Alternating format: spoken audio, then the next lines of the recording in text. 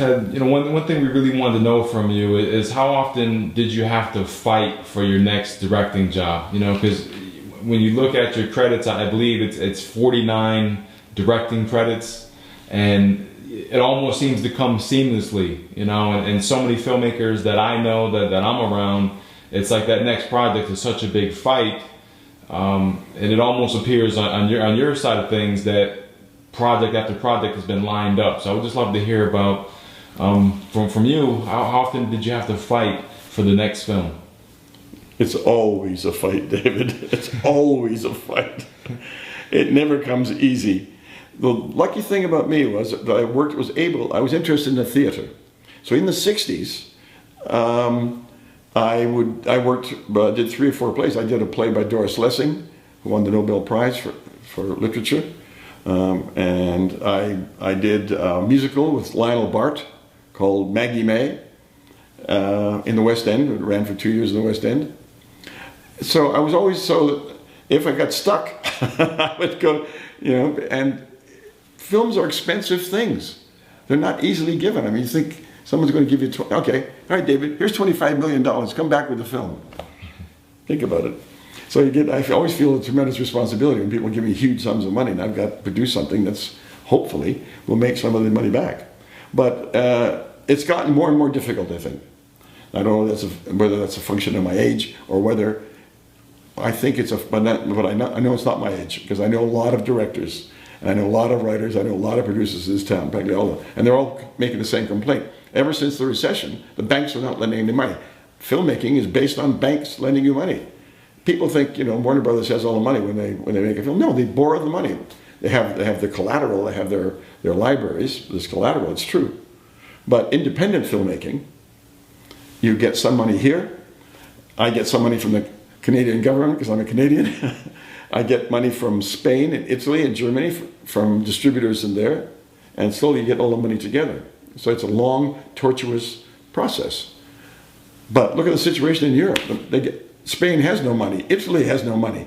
I'm working on an Italian film with Franco Nero right now, and they're having trouble. The Italians have a very good state subsidy for films that are shot in Italy, but they have no money. So it's very difficult right now. A lot of independent producers and directors are complaining bitterly. It's all a matter of degree. It was always difficult, but now it's more difficult than it was in the past. Mm.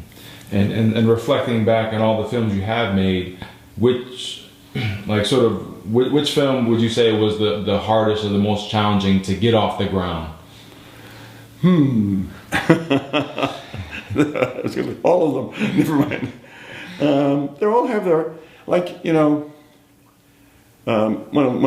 of my most successful films was First Blood, the first Rambo film, right? Yeah. Now, I believed in that film. I thought, oh, this is a winner. I loved it because, again, it was an action picture. The story was told totally pictorially. And at one point, we were going to have Rambo never say a word, because Sylvester Stallone and I worked on the script together. And I thought, and after a while, I said, no, that's not going to work, Sly.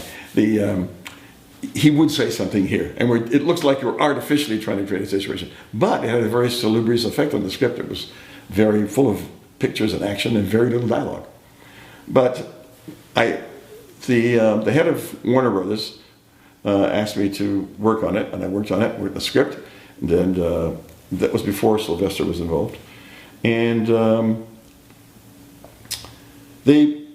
after 6 months I worked on the script, they say, we're not going to make this film. I said, what? I said, why? I've been working on it for 6 months. Why aren't you making it? 60 months of my life have been poured into this script. And he said, we think that the Americans don't want to hear about the Vietnam War. American audiences, they're... And I said, well, you could have thought of that 6 months ago. And I was really depressed, So a year goes by, and two new young producers had a small company called Carolco. And Mario Casar was one of them, and Andy Vanya was the other one. And we became friends, and they said to me, Ted, we'd like you to make a film for us. I said, love to make a film. He said, you got any scripts? I said, yeah, there's a great script over at Warner Brothers, but you'll never get it. I said, why? He said, I said, the distributors don't like handing out scripts like that they possess, because supposedly it's a success. They look like idiots for giving it away. So I said, it's very hard to get material out of the distributors. They said, well, tell us what it is. So I told them, it sounds interesting. It took them a full year of negotiations, and they finally gave the script. And a lot of it had to do with the fact that it was one of my best friends was in a power position at the company.